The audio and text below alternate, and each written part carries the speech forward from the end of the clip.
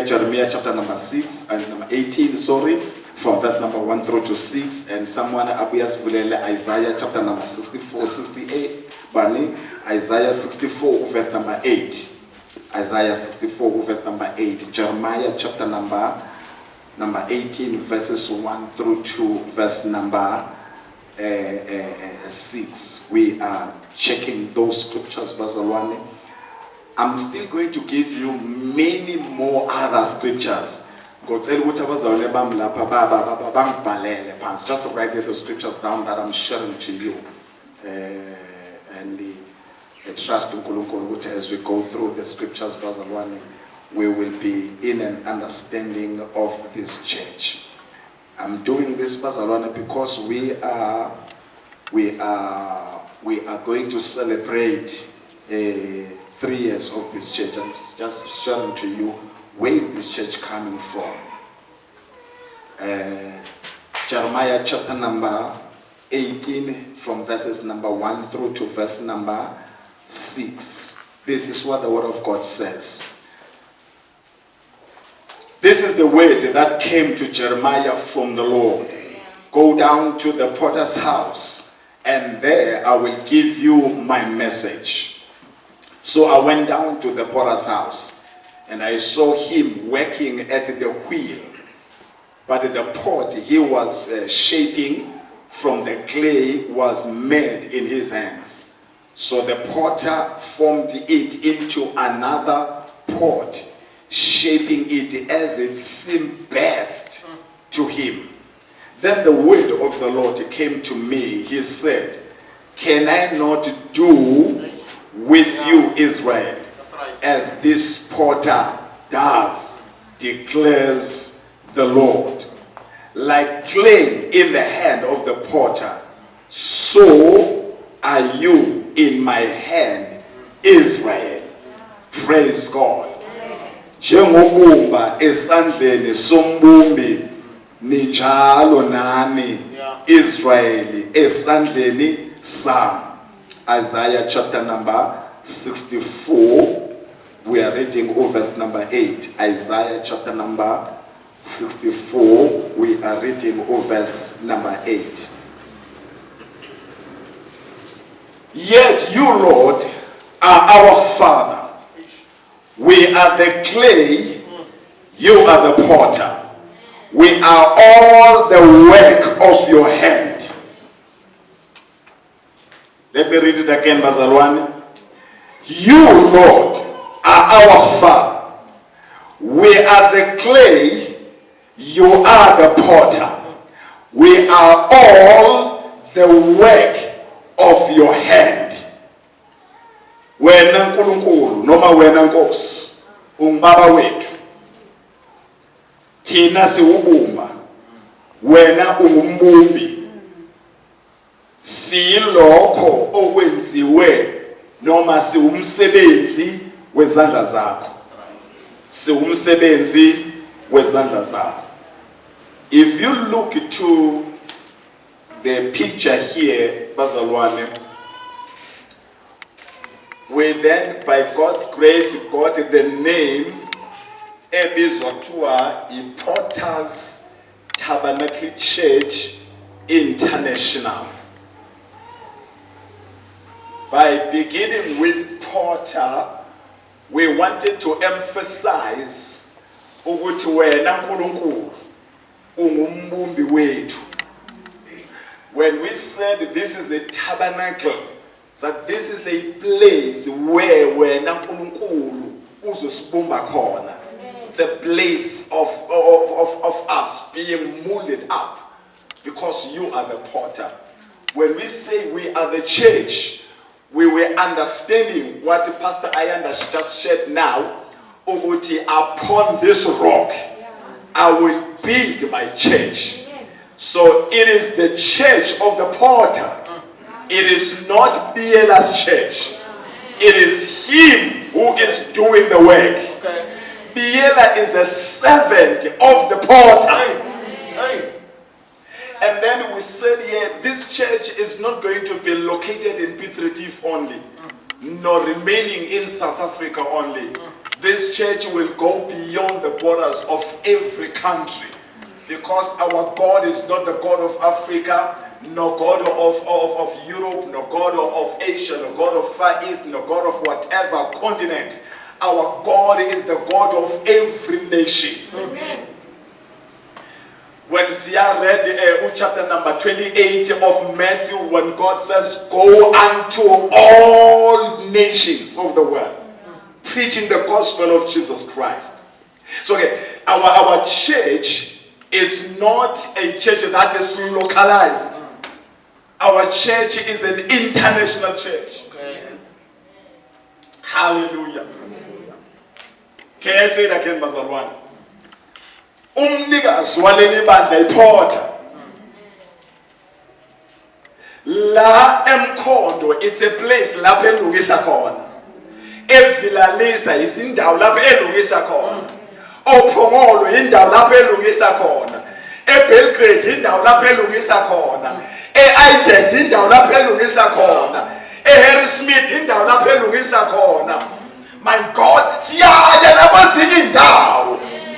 So mikisa nje nawe umuntu. Oyi bazalwane. Oyi Porter.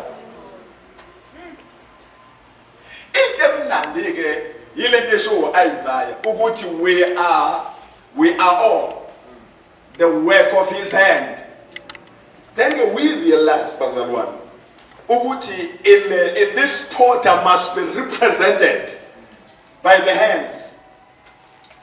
Ukuthi uNkulunkulu uma ukusebenza ngezandla zakhe. Yeah. His hands. Yeah. And you must understand, ilogo yethu ke ithi ke transforming touch of the poster. Yeah. Isandla lesi esilethe inguquko. Akakwazi uNkulunkulu ukuthinta usalo njalo. Yeah. Akakwazi uNkulunkulu kuma nawe ashiya isimilo sempilo yakho but usalo njalo. Whenever you come to the hands of the Porter, your life will change. Hallelujah. Bakabaletha umfazi madoda ebajoqotsheni. Kwasho ukuthi bamlethe kuPorter. Bebecabanga ukuthi uzobulawa kanti uzolungiswa. Ngoba ezandleni zePorter awukwazi ukubuyela unjalo. Awukwazi ukubuyela unjalo. Omunye wangaletha wayiletha. Wathi nje manje ngathinta umphetho. Wengubo yakhe ngeke ngisaba njalo. And the Bible says when she touched the hem of his garment, at that moment, the Bible says ukuthi isifo sanqamuka. Omunye bangabamletha bamehlisa ngohlala. By 4 men.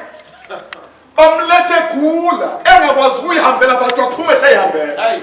Ngoba uma ungafika kuPorter you don't remember say. Layelani bazalwane asizile kubiyela size kuPorter. Kuyezwa lo bazalwane? Asizile kubiyela size kuPorter. Oh hallelujah. Njoba ngikhuluma nawe nje the same Porter is busy in Centurion. Oh God. uNkulunkulu wethu is a Porter. And umsebenzi owenziwa uye uyancomeka. Yeah, that's right. Umsebenzi owenziwa nguye wenzenjani bazalwane? Uma ekabamba indoda ihlala iyindoda. Ayibi imbaxa mbili. Ibe ubra, ibuye futhi ibe indoda. Yenze nje ibe indoda. Uma ekabamba intombazana ayibi ngeganile ingaganile. Iba intombazana. Uma ekabamba umama ngisho umfolokazi akabe iyaluza nelizi yabantu. Bamba umfolokazi ahlale. uNkulunkulu lo akuyeke umfana. uNkulunkulu owazi impilo yakhe ingakaqala yazi egcineni kwayo. uNkulunkulu oyiPorter. uNkulunkulu owazi ukuthi yini ozohlangana naye endleleni alungisa amandla okuhlangana nayo. Ungakahlangani nayo. uNkulunkulu. He is the Porter. Hallelujah. uNkulunkulu lo nohlele ngamakephuke. Bazalwane ngizweni kahle kuseni. uNkulunkulu lo yiPorter. uNkulunkulu lo yiPorter. uNkulunkulu lo yiPorter. And uma isandla sakhe sibe phezu kwakho. Uyahlabelela madoda umfana wamthetho usisandla sakhe siphezulu kwami. Usomandla ungizuke ezinxa zonke. Akukho la ekuyekelela khona. Uhlala la uhlala khona isandla sakhe siphezulu kwempilo yakhe. He is the potter. He is the potter. Make sure ke njengomzalwane ukuthi you come in touch with the potter. Come in touch with the potter. Ungavumi ukuhlala la esontweni endaweni yokuphothwa, endaweni yokulunga yokubunjwa, but ungabumbeki. Ungavumi basesikolweni ungaphasi. Yethu uma ufikile esikolweni wenze njani? Bonakala ukuthi ufunda phela. When you come in the house of the potter, you have to be changed. You can't remain the same. You can't remain the same. All right. Then we then have this one as the cross. The cross represented the suffering of Jesus Christ. It represents who Jesus Christ who came down, not having sin, but being pure as God, being divine as God. Because who first Adam has messed up everything. The Bible says who first Adam, he died with his wife. Who first Adam but the second Adam could not allow the wife to die. Akasangavuma ukuthi unkosikazi wakhe afe ngoba nguye ofayo afele unkosikazi wakhe. That's why ke thina njengebandla sisafi ngoba uma ukholwa uye noma ufu uyaphila. Uma ukholwa uye uyaphuma kufeni ungene ekuphileni because ukholwa uye ngenxa ye suffering yakhe. Wathatha bonke ububi bethu bathwala uye. After sebuthwalile wase release thina njengomkakhe. Thina ke siyibandla nje siwumakoti wemuntu. Njengoba usibona silapha endlini siyalungisiswa. Iphotha esilungisela lo semshadweni mntakababa. Kungenzeka likhale masishane icilongo. Siyafisa ukuthi wena okhapha endlini ungasali malikhala icilongo. Ngoba lo mbumbi lona uvuma ukuthi lungisiswa. Ngoba lithi iBhayibheli uma sesibuthwa yonke into esinda izosala. Kuzohamba laba abalula bathathekayo. Ungavumi ukusindwa ngamanga. Ungathatheki. Ungavumi ukusindwa ukuntshontsha ungathatheki. Ungavumi ukusindwa ukuxabanisa abantu ungathatheki. Always balula. Then kunama drops amanzi. 1, 2, 3, 4, 5, 6, 7. 7 of them. We said that those drops of water are representing the working of the Holy Spirit. Yes. The working of the Holy Spirit is like somebody who lubricates us. Essence sikwazi ukumanda. Akwenza ube manzi. Akwenza ube njani? Ngiyamkhumbula uJesu methu uma kunje emthini omanzi. Kuyoba njani emthini owomile. Ngiyakhumbula bazalwane. Yabona ke ukuba umuthi omanzi. Kusho ukuthi kuba lula kuwe to absorb ama pressure. Kanti uma umuthi owomile mangubhenda uyaphuka. Nyama kulela abantu sebangilimaza ukuthi uwomile. Ukuthi uwomile. Uma kwaba manzi bathi bayaphetha ufume. Babaphetha ufume. Abantu abamanzi mfowethu bamanziswa nguye. Uyahlabelela umhlabeni ethi simantise ngomsawayo. Senze sibe manzi.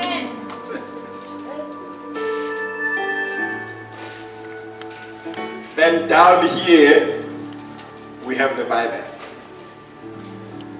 That's what the man of God was saying. That's where we come with the revelation. It comes from the Word of God. We introduce to you, we talk to you about the revelation that is in the Word of God. So that when you come out here, you cannot say, we are taking it from the revealed word of God. Hallelujah.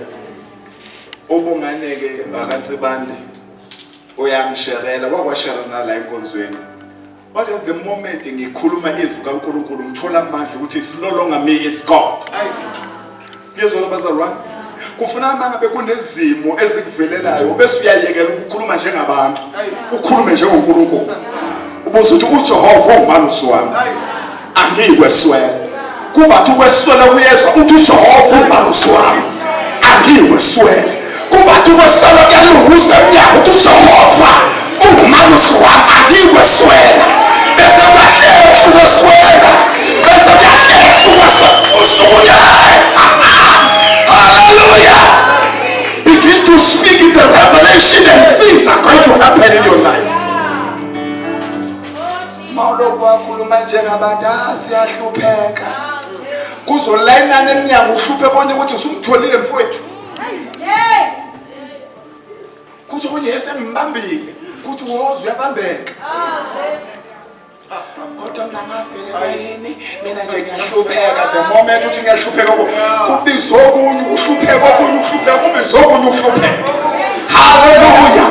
Kufuneka siqale nathi yasho umfundisi silele Ajax. What let the madness begin. Ukhulume ngathi izinto ayilungile kade ayilunganga. I wanted to revisit the vision. So I have shared to you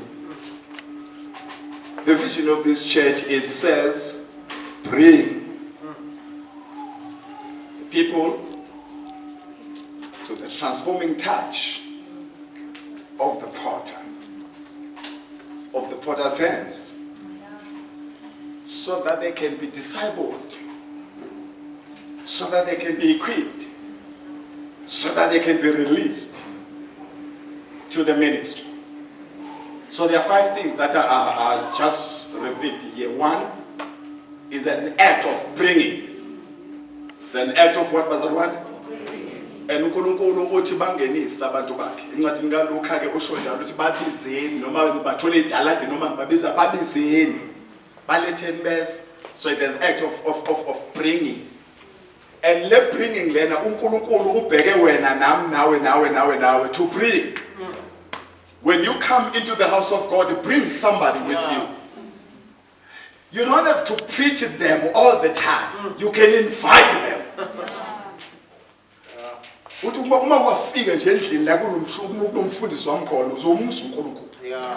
Just invite them, take them along.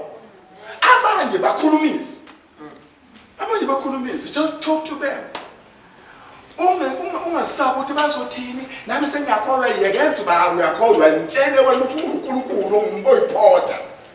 It's not you, it's Kim who is the potter. So there's an act of bringing. Secondly, the act of bringing is then the Bible says we bring them to the transforming touch of the pot. So in other words, there is transformation. Whenever you are brought into his presence, be transformed. Be transformed. Let your mind be renewed. Let your mind become new. Let your acts abemasha. Ungaphili impilo yakho iphila kudala. Phila impilo manje esikhombisa you are transformed. Uma ngabathi uyisilwi iba umuntu olokuthula manje. Ngasalu nabantu. Mabungumuntu akuxabanisa abantu umusu uxabanisa manje yenza abantu baphilisane because we are being transformed. Kezwela bazalwane uma umuntu athi ubhekbite abantu awusaba bhekbite manje because you are being transformed. Hallelujah. And uNkulunkulu injongo yakhe ukuthi bonke abafika kuye benze njani bazalwane baguqulwe benze njani bazalwane you must be transformed. You must be transformed. If you become a new person in God, it means you have been what, Bazalwan? You have been transformed. Yes. You have been transformed. Don't remain the same. When you're in the hands of the potter, be transformed. Be transformed. Hallelujah. And in whatever Romans chapter number 12, verse 1 and 2, uthi kufuneka ube transformed even in your mind. Ukwazi nokuhlola izinto ezikaNkulunkulu ungamangithatha izo zonke izinto lezi. Because when you are being transformed, you are made anew. And fourthly, Bazalwan, I said first of all, it is what bad is bringing. Secondly, it's what is transformation. And thirdly, Bazalwan, we said it's discipleship. Yeah. You are being discipled. You are being discipled. Ukuba discipled again, it's when you begin to know where can I fellowship. It's a discipleship. Sikwenza manje uba umfundi manje. Ngalesikhathi uba umfundi kunezinto ufika phela lapha enkonzweni ungasilutho. Sefuna manje beswenziwa kanjani bazalwane? Uyafundiswa. Ingakho phela uJesu ethi nibafundise ukugcina konke. Emiyalenga uyafundiswa. Uyafundiswa. Okay? In this discipleship ke bantwana kaNkulunkulu, because of our vision, sibeseke simisa some different ministries. There is children ministry. The aim is to disciple them whilst they are young. All right. There are in fact, it's a youth ministry where Mpumuzi is working. Then it becomes children ministry, and there is teen ministry. There is also young adult ministry, and all of them, they are being discipled. Why we are discipling them? We want them to know the potter. Yeah. We want them to know the potter. Kufuneka umntwana ehlala esikolweni nasedeskini labantu abanamadimoni athi I know my redeemer. Yeah. I know my redeemer. Angathuswa umntwana ukuthi uhlangana nani esikoleni. Angathuswa umntwana ukuthi yini abanye abantwana bakhuluma kanjani. Abe umntwana discipled. Hallelujah. Abantwana bethu abasha, abantu abangama-young adults babe namandla okubalekela iy'nkanuko zobusha. Akusho ukuthi azikho zikhona kodwa baze njani bayibalekele bathi angikwenzi lokhu, angikwenzi lokhu. Bakwenza abanye abafana, akwenza abanye amantombazane athi but mina ngehlukile unique. Ngingumhebheru wamahebheru. Ngiyamoyika uSomandla. Bantwana ba-discipled.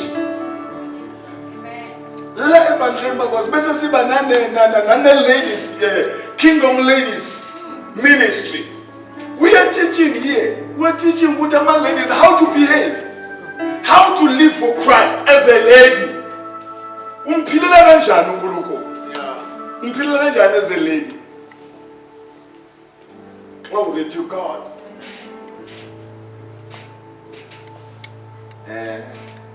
I'm going to make an example now. Mama Story, can you please come here?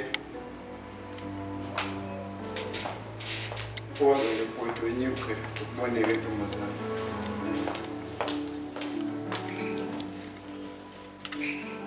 Mozambique. Some of Mama Story call. Ushada. How do I say yegele? It's a lady. One.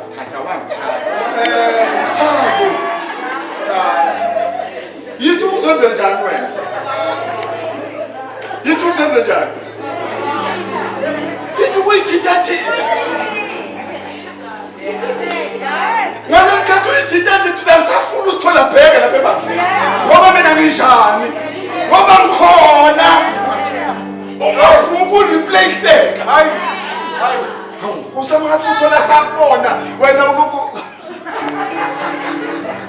That's why they were having ladies ministry.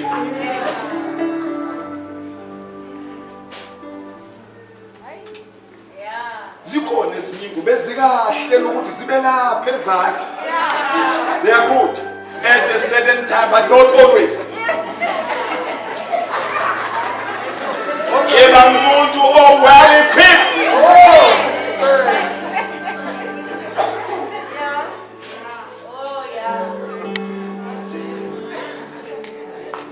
Kufuna amayephumuka. Athi kusakahle. Aphinde ungenze njani? Aphinde ungenze njani? Ngicela mase ngihlabelela umbuke kahle. Mase ngihlabelela njani? Ngifuna ukhomeka abafuna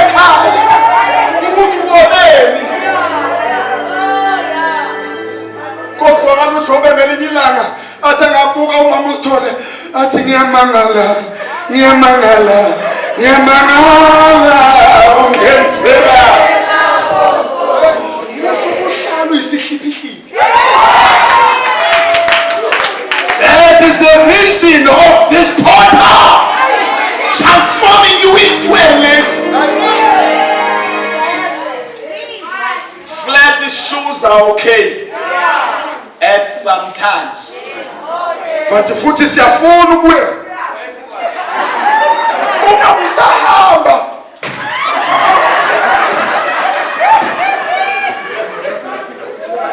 ngoba phela siyatransforma kufuneka mawuyilele.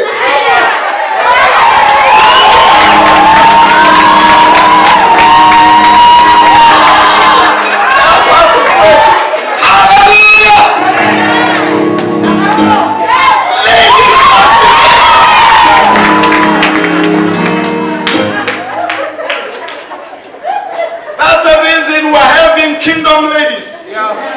We want kingdom ladies to behave. Abababonayo bethi ngiphethwe ngubani ukuthi ngiphethwe iphotha.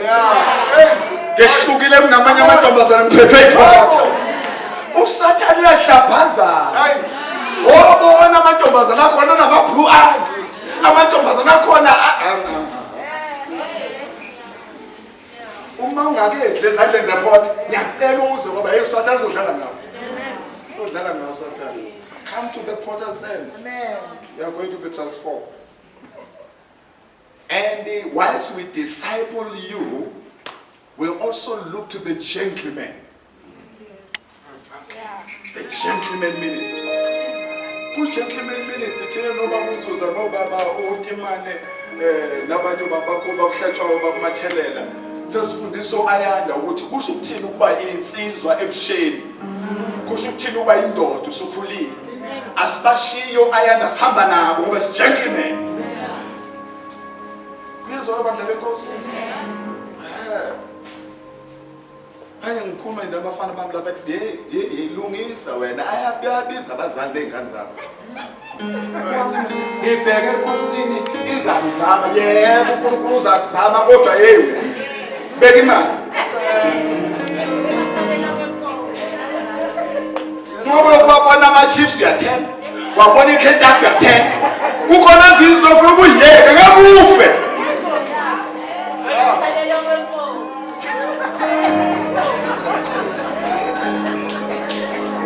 Hallelujah. Gentleman's ministry. And we don't also have gentleman ministry only, we also have couples ministry. I have some session with them. And it's easy for me, by God's grace, to spend 32 years in marriage. So we should be afraid to get back. Here's what about the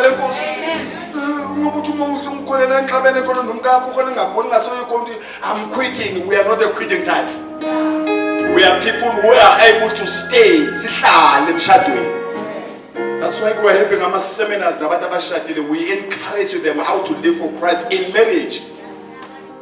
We also have singles ministry. With singles ministry, we are saying ukuthi ungacabanga ukuthi ukushada kuyi-answer empini. Jesus was never married. Paul was never married. So don't think ukuthi ungashadi. Ngathi ukushada kusho ukuthi njalo uma ungashadile uqale kusewe never. Ungahlezi nestandard sakho futhi soba uthi sengenza ukuthi angishade noma yini njengakuthola.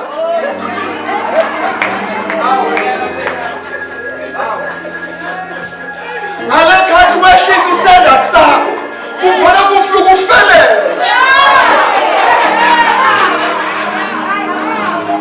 Oh Jesu. Uyabusuzwa ngicela ungenzele udukana. Uthi ngiyakhuluma mina baba ya. Unkosikazi wami la ekhaya. Yekela lapho ubiyela nento zakho. Ufuna udiwo la. Hayi. Uyokhala. Mfundisi into sisi angikazi le demoni mina ngalishikanayo. Kanti nguwe wehlisa standard. Never lower your standard. If kunomuntu okufunayo, let him climb up where you are. Uthi uma khona ongifuna akanyuke la khona khona. Ngibone phela abantu mabezolwa bona bese sithi sizagibela esihlahleni sehlise. Senze njani? Avele umntana abantu ukheniyezake lapho phezulu.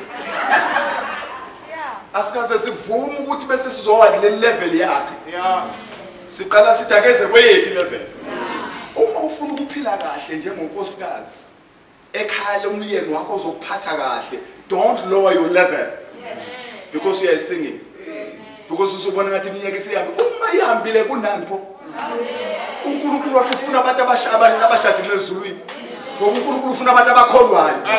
Uma futhi uhlezi kahle uwedwa uyihlela kahle kwamali yakho, awuxakeki. Awulokho ocela isithusi la. Makonto ofuna ukuyithenga uyithengela easily without.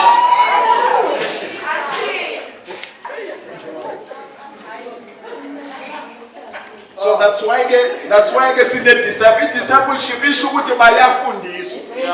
Benziwa njani? That is number 3. Angithi siqala kunani? No. Kune bringing. Bese uba ne transformation. Bese uba ne discipleship. Sathi kuyi discipleship ukwanda lezi zinto ke. Zala ama ministries. Angithi nami. Fourthly, we then have the equipping. Equipping ngeyilakho nasesiqeqesha ke la. Siqeqeshela into ethile. Uyabona ukuthi atazela kasiya ade kwenzeka namuhla. Kuyasho ukuthi ungene esikoleni sokwenziwa njani? Sokuqeqeshwa. Next time uzobuya futhi la. Ngeke sasho ukuthi bazalwane I'm hiding in a place. Because usenjani manje? Uqeqeshekile. Nalesikhathi undodana wami la usithole eqala ukushaya ama drums, waqala wabukela abanye benza.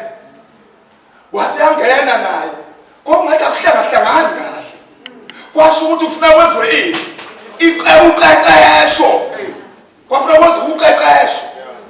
Kwafuna mayishala bakashaya ukuthi ulalela ukuthi oshaya ikhibu ushaya kanjani. Ukuzohambisa kwenziwa njalo lokho.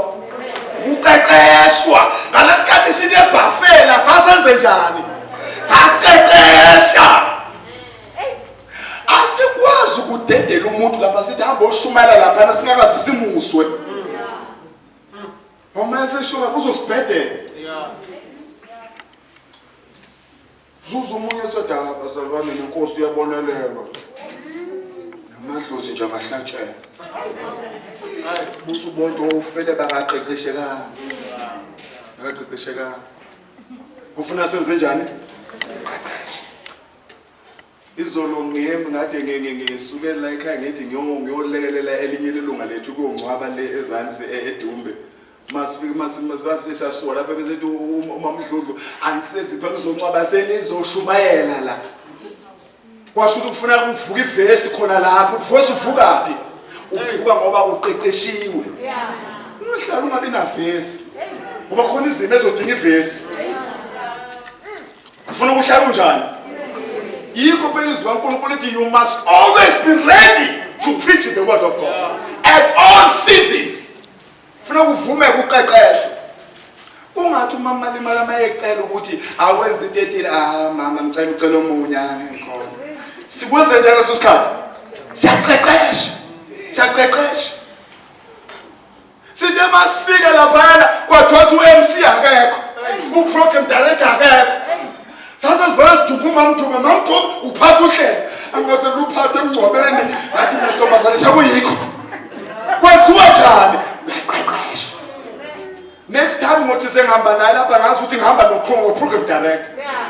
Kwesinye isikhathi ngithi lentombazane awuphathi ihlelo meliphathwa yimuhlelo uyashumayela. Ngifuna abantu abanjani bazalwane? Ngifuna abantu abanjani?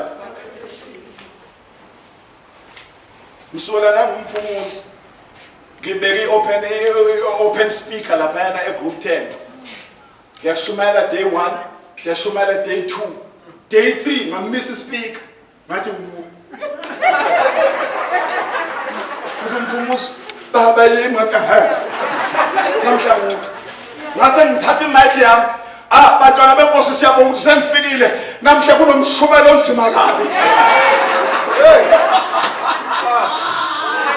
haleluya senze njani usone niyangena insizwa yami ngathi uthando lokwababa lubanzi lujulile uma kwangena kulothando kunonkulunkulu ongakakiyeka ongakakushiya kwasho ukuthi umfana wami uqeqeshekile sabuya nami ngangahlazeka uthe mayiqeda ngakubiza altar call kwanabantu abasindiswayo uyabona ke mayebona umphumuzo ukuthi bayasindiswa noma ushumela mnekade kwesinye isikhathi ngizobe ngasekho ukuthi ngikhona bese ngihamba khona umphumuzo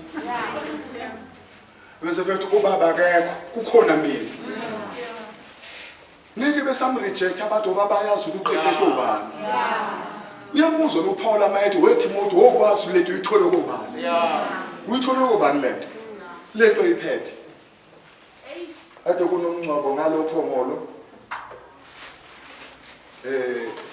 kushona omunye ubaba bangicela ukuthi angiyekhona kanti kushanisa nokuthi kukhona enye inkonzo engenzayo ngapho bese ngicela ubaba uBulunga ukuthi uBulunga go to Phongole and preach there uthi uBulunga baba ngathi mangifika ngacela lesoka lika baba kaMamzungana ngihambisi ahamba bobabili uthi uBulunga uyambuza ke endleleni ubuza ubaba uMzungana ubaba asho ukuthi siyapi athi umfundisi uBulunga siyophatha umncwabo ayibambe ngaso zombili izandla isongane wabo kwasho ukuthi ngibafake kuphi khona esikoleni ngibafake kuphi khona uyaqeqeshwa niyangizwa badlali boss kufuneka manje akukhona umuntu okholwa ngamadimoni ngingamthandazeli ngicela omunye umzwane ngibeke izandla wazi ukuthi nakuwe angaphuma amadimoni awaphumi kuphela ngoba ethandazwa umfundisi you must know ukuthi you are here to be equipped you are here to be equipped that is the reason of our vision ungavumi ukuba la ebandleni uthi mina ngisebenza lutho angenzi lutho lalela uma ungenzi lutho ngekwazi ukusebenza you must learn to do something uyangihlekisa ukuBulunga ke sengiyivala le ndaba kaBulunga uthi baba ngathi ngiyafika ngathola ukugcwele amathenda awu2 uthi eza ama-item uthi lapha sekusele yonke uthi ngibizwe ngezwe isisu ngathi siyangigijima uthi yimi lona ngiqonde etoilet uthi ngathi ngiyafika etoilet akuchameki akwenzeki nalokho engicabanga ukuthi bekungikhipha le uthi bese ngithi uhlala angisabuyi bese ubaba uzibona bayahlola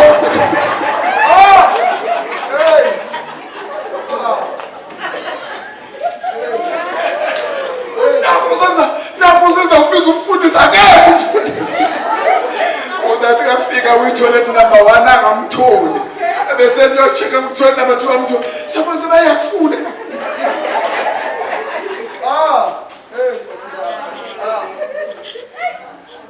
kufuneka bonke abeza le nkosini bavumele ukuba equipped bavumele ukwenziwa njani bazalwane equipped and finally uma sike saku-equipha sibese siyakurelease release you into your ministry we are not going to keep you sasibonile ukuthi uNkulunkulu ubeke into la kuwe we're going to release you into the ministry that God is calling you to do. Whether that ministry is here as an elder, we will release you into eldership. If you are here as a deacon, we will release you into deaconship. If you are here as an intercessor, we will release you into intercession. Because it says, this asikwazi ukurelease usehlaza. Asikwazi ukurelease usehlaza. Ngoba mase ukurelease usehlaza urepresent thina outside. Abantu mabebona wona baza abanye bangethemba nokwethemba ukuthi ubuye esontweni lababiyela. Ubabuya amalapha phambili abazalwana ngazi ngizothini ngiyalazi nelivese engakhuluma ngalo. It is not about that, bazalwane. Kufuna uma phambi kwabantu kwabantu bakaNkulunkulu, you don't look down, you look at them. Yes. Yeah. Yes. Amen. Released. Released. Kijabulile nje la ebandleni. After sesimqeqeshile undodana wami la. Uyangishayela umama uStone, baba, sicela ukumcela manje kukhona umshado esiyako sifuna usishale emshadweni. Ngathi okay, I can release him. Ukohlala emshadweni ngoba I know ukuthi useshaya kanjani. Otherwise ube bengazi ukuthi ushaya hayi no mama kalungi. Sehlazi. Senjani? Kusenjani? Yabona nawe kungenzeka singamrelease nokuthi ugane ngoba manje uma ngathi khona ubuhlaza nyana.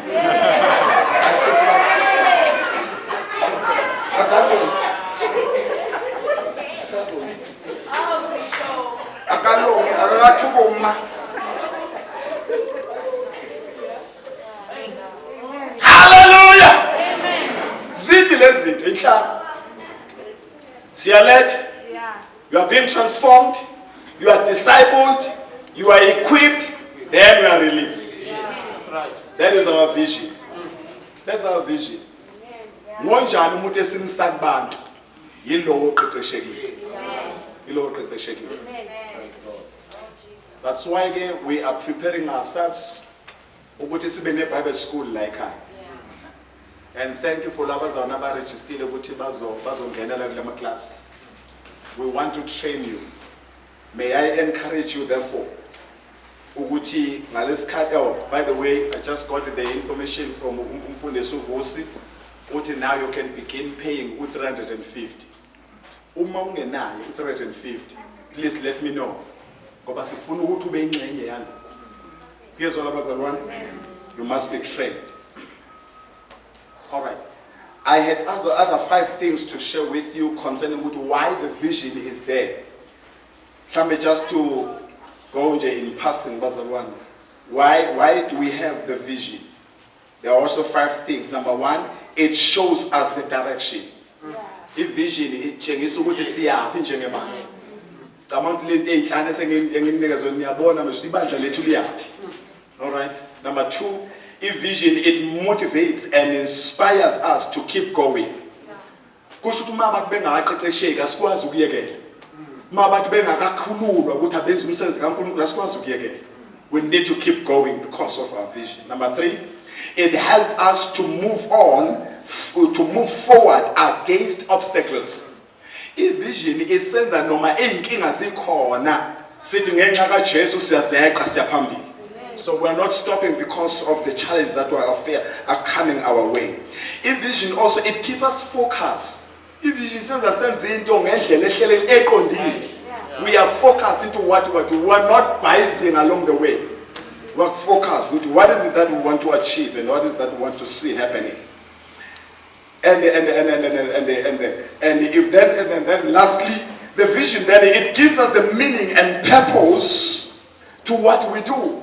Vision isinikeza incazelo lento esiyenzayo. Isinikeza nenjongo yakhona ukuthi yini siyenze lento. All right? And so ke uma abantu abala ekhaya ke sebe discipled, sebe transformed, sebe equipped, bazoba passionate, babe committed to Jesus Christ as Lord. Sifuna abantu abazoba committed to Jesus Christ. Abantu that are going to love God's people. Abantu abangezubazonda abantu abazobathanda. Ngoba ukwazi umletha umuntu umnyane. Uzomletha ngokumthanda. With that, noma ke sefikile la ebandleni, the Bible teaches us that we must love one another. Kufuna umuntu esedisciple kahle la ebandleni akwazi ukubathanda abanye abazalwane. Ungabe umzalo ozonda abanye kwiBhayibheli ithi umuntu ozonda umbulala. All right? We also, when we have the meaning, we have also the servant's heart. We have the servant's attitude. We have ukusetshenziswa. Awuyena umzalwane ongavuma ukusebenza endlini kaNkulunkulu because we have a servant's heart. You also are sensitive and submitted to the Holy Spirit. Uma usudisciple kahle, usu-equipped kahle, uyakwazi ukulalela lokho akushoyo uNkulunkulu ebandleni. You are able to hear him, not only even in the church, even when you are outside. That's uNkulunkulu kakhuluma nangomnikelo. Athi wena khipha umnikelo wokuthi. If you are not sensitive to the Holy Spirit, always you will go against him. But if you are sensitive to him, you will do what the Holy Spirit says you must do. Kwezinye isikhathi uNkulunkulu akakuthuma athi hamba forgive somebody. You have to be sensitive and listen. All right. You also allow God's word to be the final authority over your life. Awuvumi ukuthi izwi kaNkulunkulu likhulume nawe uthi hayi ukhulumile nje uNkulunkulu vele ohlala ekhuluma. Ulenza libe mqoka libe ngelogcina empilweni yakho. Uthi uma esekhulumile uNkulunkulu so it shall be. Yes. So it shall be. Hallelujah. You also live a morally pure life. Uma usudisciple kahle wa equipa kahle impilo yakho morally bazalwane kufuneka isimilo sakho sikhombe ukuthi uyakholwa. Morally there is moral power. If you are looking at me and I'm behaving wrong, you will do wrong now. So if I'm doing what is right, you will morally do what is right. Uma ngabe usuqeqeshe kahle waba disciple, you must also be able ukuthi you can be able not to be ashamed of preaching the gospel of Jesus Christ. Awesaba ukukhuluma ngoJesu. And mawuqeqesheke kahle futhi wa discipleship uzizwela wena ukuthi uyabona ngifuna uba member kuleli bandla. Ngifuna uba member kuleli bandla ukuze ngizokwenza something here. All right. Mawuqeqesheke kahle futhi wa disciplesheke kahle uyakwazi ukuba umuntu ophayo. Awuyena umuntu oncishanayo. Uba umuntu onjani bazalwane? Uba umuntu onjani bazalwane? Yabona nje bekufana la ebandleni mangazisa ukuthi my spiritual father will be coming and preaching here. Kuvuke lapha kuwe nje ukuthi kodwa bakethi ubaba kaBaba. Ngingamphani nje. Yabona abantu abakwazi ukuphana. Bekwazi ukubona isidingo. Bakwazi ukupha umuntu. Hana bangoqayo. Ayifana aphuwe nguye. Baba wakhe. Yebo baba wakhe. How do you honor my father? Because uma ngimcela lapha yena he honored me. Ukuthi ngiyakhona ngoba ngiya enganeni yami. But mase fika labazalwane afike enganeni zeingane zakhe.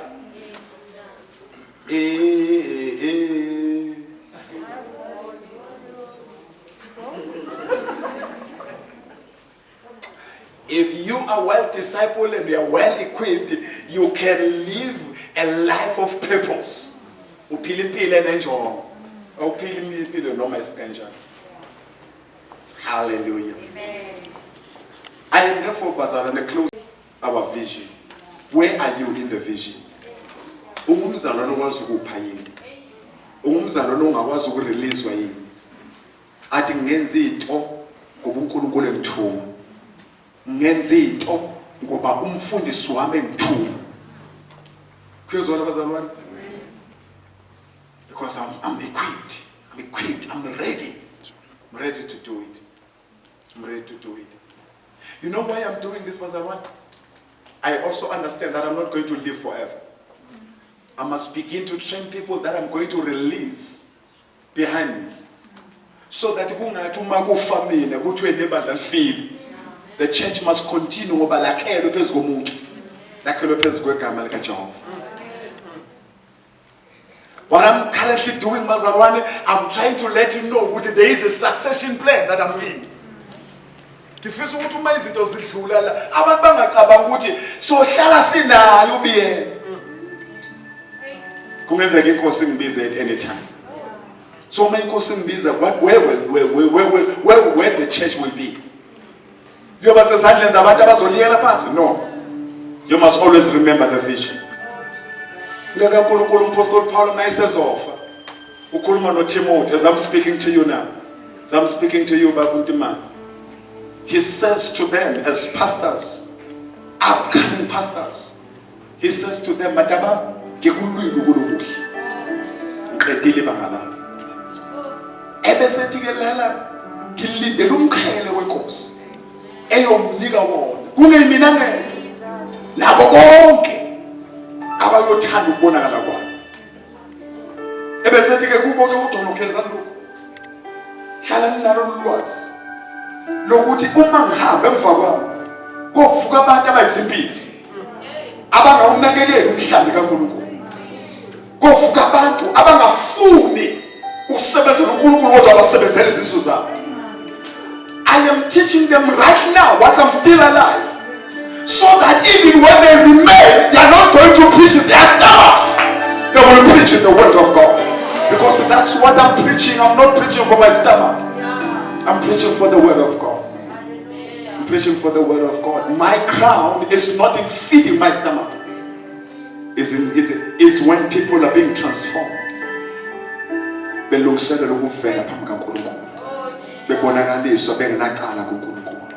That's what I'm preaching. Now I'm finalizing, Bazalwan. When you receive such messages,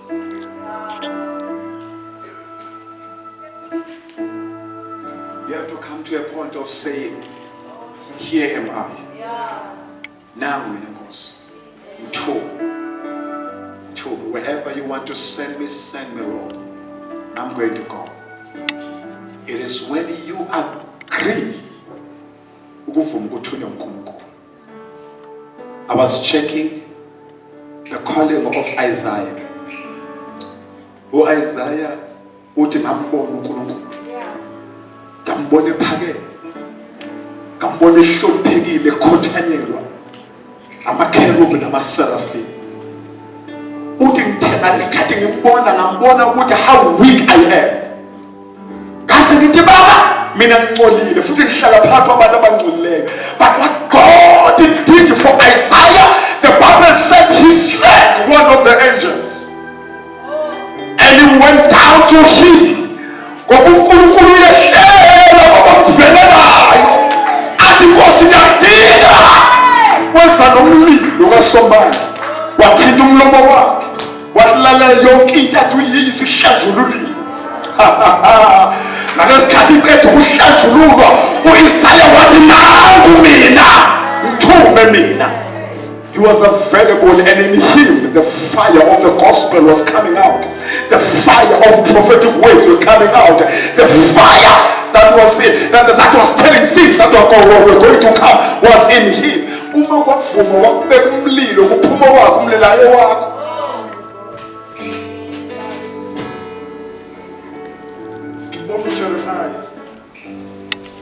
Jeremiah now uyabiza Jeremiah usemncane. Most of the Bible scholars says by the time he was 17 years old, like you, was 17 years old. And Jeremiah wathi ngisemncane Nkosi. Wathi uNkulunkulu ungabibikho ngakwazi. Useyihlule ngakwazi.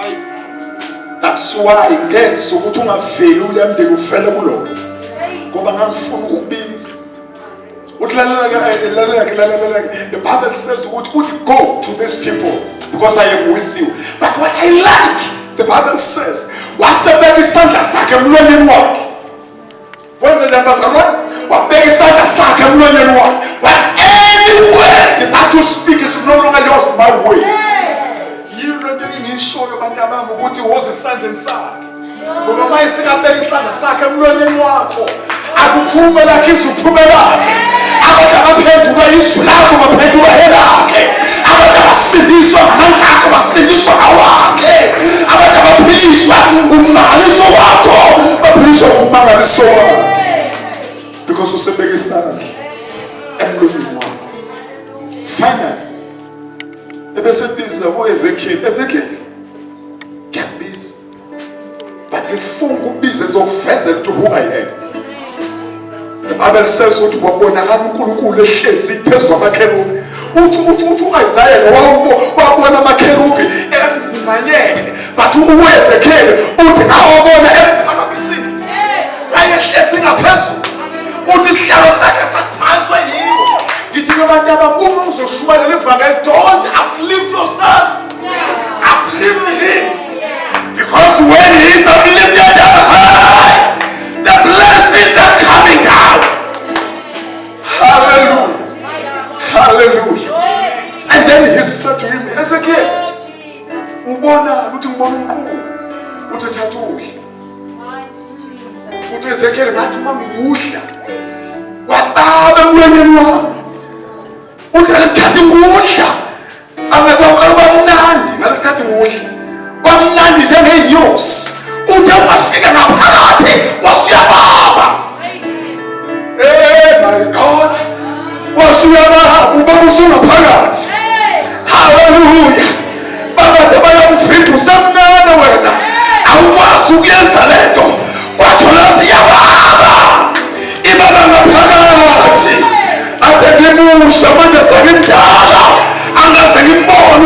msiyongo wakhe. Uma wamvumela wangena ngaphakathi. Uzokwenza umsebenzi okumangalisayo nawe. He is God yesterday, He is God today, and He is God forever.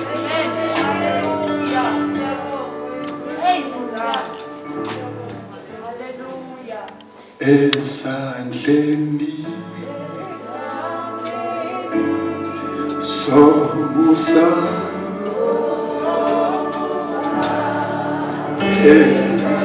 esandleni somusa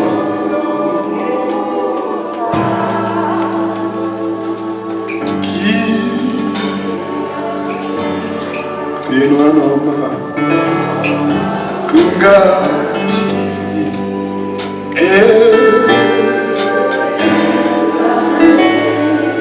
esandleni somusa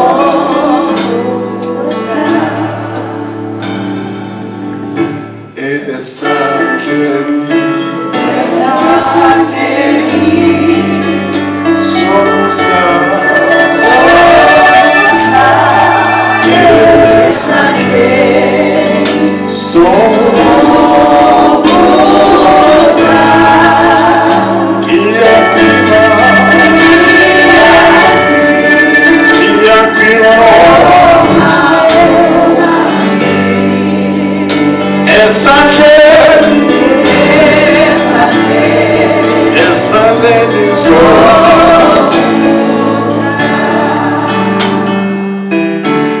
esandleni